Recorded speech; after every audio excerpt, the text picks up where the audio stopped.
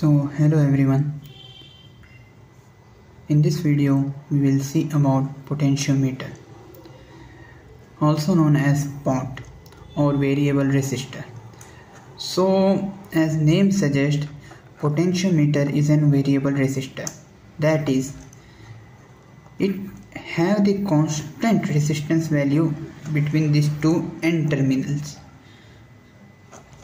But the resistance value vary between any two of this terminal, that is the mid terminal and left and mid terminal and right.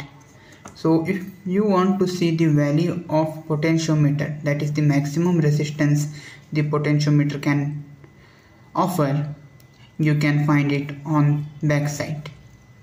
So let's now talk about these two wires, that is first terminal and mid terminal. So when I move the potentiometer knob from left to right, then the resistance value between these two will increase,